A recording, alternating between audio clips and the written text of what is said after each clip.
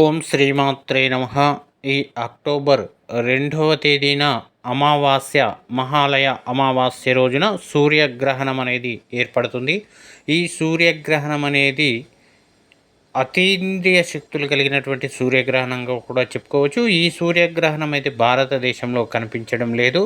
అలాగే ఈ రోజున ముఖ్యంగా ప్రధానంగా చూసుకున్నట్టయితే ప్రతి ఒక్కరు కూడా ఈరోజు దేవస్థానంలో ఉన్నటువంటి రావి చెట్టు వద్ద దీపాన్ని వెలిగించండి, లేదా కనీసం 21 ప్రదక్షిణలు చేయండి.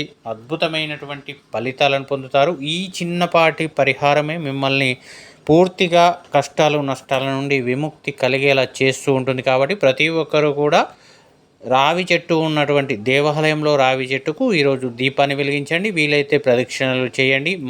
మరింత వీలైతే కనుక అక్కడ ఉన్నటువంటి జంట నాగుల విగ్రహాలకు పాలాభిషేకం చేయండి. పాలాభిషేకంతో పాటు తియ్యటి పదార్థాలు నైవేద్యంగా సమర్పించండి.